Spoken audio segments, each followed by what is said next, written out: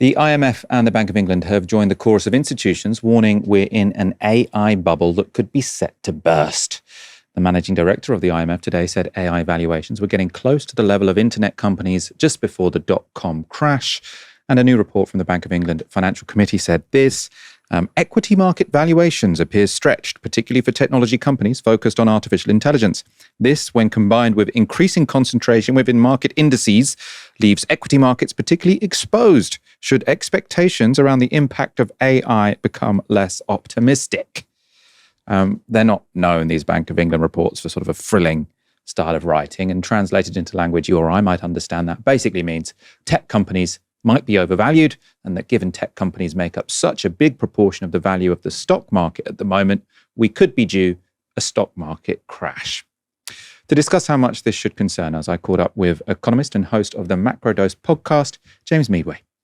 Yes, we should. We should always have been concerned about this. I mean, look, this is technology that doesn't do a really crucial thing for capitalism, at least, which is turn a profit. You know, a report from the Massachusetts Institute of Technology about a month ago saying that 95% of firms as installed AI were failing to see much return in productivity out of this. The sort of macroeconomic impact people have been warning for a while is not matching up to the hype. The fact that the industry itself, you've got someone like Sam Altman desperately talking up every new release of ChatGPT. People may have seen ChatGPT 5 out actually about a month ago. Really not doing that much more improvement in the usual benchmarking of these things on previous releases. So the rate of progress as the industry measures it seems to be slowing down. The demands for investment are getting bigger and bigger and more sort of insane. And we've finally seen in the last week these circular deals where you get OpenAI going off to NVIDIA, who make the chips OpenAI use, investing in OpenAI in return for OpenAI buying more chips. In other words, the money's going round and round and round. This starts to look very much like the sort of thing you get right at the top end of a bubble when you're just kind of passing money around yourself to talk up valuations without actually delivering the thing you promised down the bottom end. So yes, you should be concerned. It's no great surprise the IMF and now the Bank of England are saying that this is a significant risk. And I mean, how would it impact ordinary people? Because I suppose, you know, people are comparing it to the dot-com crash. And, you know, I suppose I was 10 or 11 at the time. But I don't think that particularly damaged the economy, right? Because you just had some investors lose money. So the crash that I do remember was the 2008 one. And the problem there was that you had lots of high street banks who had lent a lot of money to buy houses, which didn't end up sort of having the value that people believed they would have. People couldn't pay their mortgages, and then the whole system unwound. The issue there was that there was lots of bad debt held by the same banks that we use. And so massive government bailouts were needed. This, as far as I understand, when it comes to sort of Meta and Google, they're directly reinvesting their profits. So this isn't even necessarily debt at all. And then when it comes to OpenAI and the newer companies, they're getting the money from venture capital or private credit or whatever. So why would it matter to people who haven't invested in these companies if there were to be an AI crash? Couple of things to that. I mean, look, the place where this looks like it lands is closer to the dot-com bubble. And actually, you sometimes find, Sam Altman and various people from the industry have even used this as an example. No, it was Jeff Bezos the other week talking about the dot-com bubble and how you can have this big expansion investment and everybody overinvests and then the thing kind of collapses, but you're still left behind with a load of useful infrastructure. The dot-com bubble, out of the back end of that, we got Google and Amazon and all these big companies that we see now. The infrastructure, the modern internet was put together because there was this wild speculative overinvestment, loads of crazy ideas, online pet shopping, whatever it might be. And it wiped out a load of stuff that doesn't work and left behind a load of things that does work, right? That's the theory of why bubbles are good in capitalism.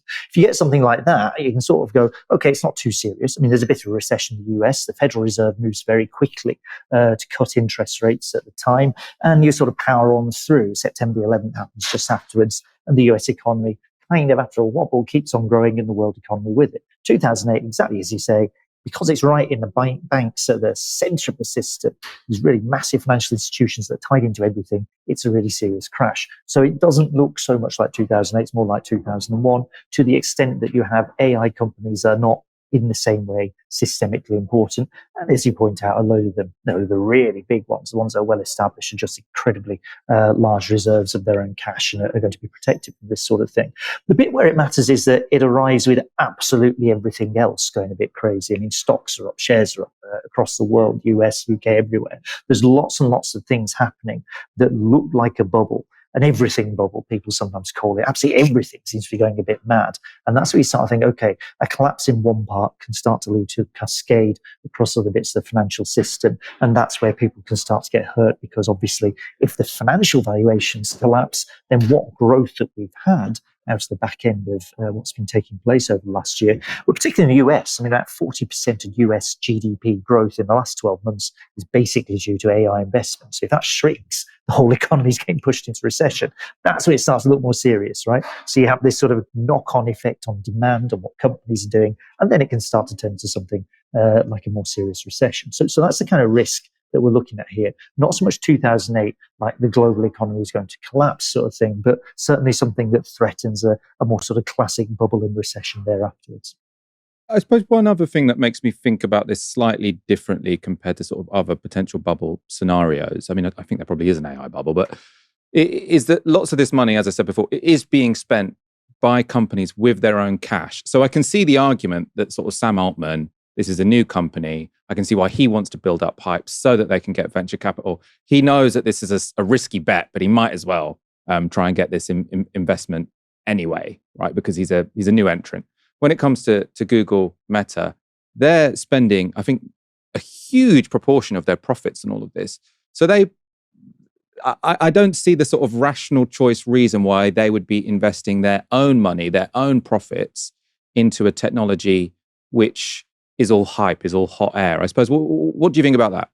There's a few things on that. I mean, the first one is that the kind of the internet economy, the core bits of it, this attention economy has been having some underlying profitability issues for some time. You've probably seen the figures for social media use declining fairly consistently. There's fewer people online. That, other things being equal, means that you're going to be making less money out of them if you're Facebook or Google or whoever it might be. It's a similar problem when you're Facebook and you've got 2 billion users and upwards. You're actually running out of new users to find. You're running out of ways to monetize what you're doing. What AI offered, and people might remember when Mark Zuckerberg was launching Meta back in the day, the metaverse are all going to sort of float around as legless, disembodied heads and do everything we do in a kind of weird online world. And it didn't happen. So they went and invested in AI instead. They're scrabbling around looking for something that's going to work because the returns aren't there on their core business. And that's probably the underlying story here and why they've been chucking so much money into this. And it's still a problem. It's still a problem if you have, you're saying, oh, it's 50, 60, 70, $100 billion we're chucking in to something you expect to meet that in the valuation. And then, of course, the value of the thing collapses and you're left with a massive liability still because you spent all this money, but you have not very much to show for it out the other side. That was James Midway speaking to me earlier today. I'm now joined by Helena, aka No Justice MTG. Welcome to the show. It's good to be here. It's been a while since I've been on this side of the camera too, and been a while since I've been on the show with you, so it's good to be back. Yeah, it's great to have you on. I don't see you so much now. You're hosting on the Thursdays. I want to get you on as many Wednesdays as we can as well. I've got a slightly different AI story for you to get us going. This is from ABC News. They report that Deloitte is to partially refund the government of Australia for a report full of apparent AI-generated errors. So Deloitte, of course, one of the biggest consultancies in the world. They're paid very well. This is from that article. Deloitte Australia will partly refund the 440,000 Australian dollars paid by the Australian government for a report that was littered with apparent AI-generated errors, including a fabricated quote from a federal court judgment and references to non-existent academic research papers. The financial services firm's report to the Department of Employment and Workplace Relations was originally published on the department's website in July. A revised version was published Friday after Chris Rudge, a Sydney University researcher of health and welfare law, said he alerted the media that the report was full of fabricated references. Deloitte had reviewed the 237-page report and confirmed some footnotes and references were incorrect, the department said in a statement Tuesday. Deloitte had agreed to repay the final instalment under its contract. The department said the amount will be made public after the refund is reimbursed. So the idea that they only have to repay the final installment, it's sort of seems like, I mean, when I did my master's, there is quite a lot of you write the thing and then you try and find who you can reference afterwards to something. You shouldn't do it, but it's sort of like a lazy thing that does happen. But that makes it seem like the final bit was finding the references, and because that got done wrong, because it was made up, that's the only bit the Australian government isn't going to have to pay for. Helena, I would probably demand a full refund if it turned out that, I'd paid a couple $100,000 for a report which had very clearly been made by AI, because the fact that you have these fake references is not just that the references are wrong, that proves that the whole thing was just fabricated. Or not fabricated, was just put through a machine, or lots of it. Maybe I shouldn't say the whole thing in case Deloitte Australia sues us, but it puts doubt on the whole document, one would have thought. Well, yeah, of course. I mean, what this really is an intersection of two parts of the economy that is there to strip away state capacity, which is consultancy and artificial intelligence, right? It is not surprising to me that it is people like the Tony Blair Institute who are trying to incentivize the government to take on AI, essentially to replace public sector capacity. Tony Blair was open in saying that this will cut back on the amount of civil servants they need to employ, the amount of public sector staff that they need, right? And the consultancies have always been there to ensure that state capacity is being subcontracted out to their coffers. Is any wonder why that, given the fact that we don't want any of this capacity to go to actual public sector employees, when we do subcontract it out, they are also then delegating it further to an artificial intelligence or to a large language model.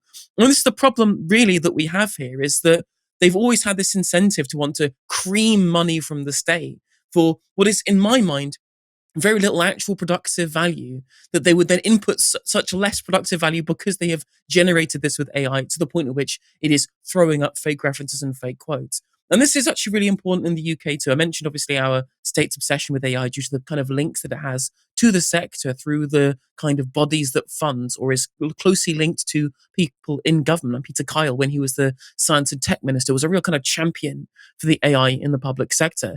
When you're using it to essentially replace workers rather than just as a productivity tool to make workers work better, this is what you're going to get. It isn't a master strategy. It isn't this kind of all-encompassing tool that can replace human interaction, at least not in its current form. It's there to be able to assist people doing the jobs they already do to make them more productive. And what we're seeing here, what we're going to be seeing more of, is this happening more and more often. There was a case with a research paper that had a bunch of stats inputted into it. It was also done by AI as well. That was more deliberate than what we're seeing here from Deloitte. And broadly, if there's a really great book that everyone should go and read, which is The Big Con by Mariana Mazzucato and Rosie Collington. There's a downstream with Mariana Mazzucato talking about it. Rosie Collington spoke to on Learning Economics, doing really good stuff about this, which is that unless you actually have humans who are trained to do the things, to understand the role of governance and how governments are supposed to act internally, you will continue to lose state capacity. You will continue to lose that knowledge base, that skills base that should be held by the public sector, and through proper training and proper maintenance and proper retention should be kept in the public sector so we keep that skills base. It's no wonder that our current government, having promised to slash consultancy spend by 50%, is now spending more on consultancies, because this is a bunch of people who haven't really governed before, who haven't learnt the skills of governing, in fact, spent most of the time in preparation for government, not actually learning what they were going to do, but purging the left from their own party. And so, of course, in the absolute absence of any actual skills base for them to draw upon, any actual understanding or the knowledge of what governance is, they have had to resort to subcontracting it out to people like Deloitte, who do these kind of hack jobs, because again, when they're on a government contract, they have no incentive to have good delivery. There's no incentive for them. There's no market that they're trying to be able to compete in here.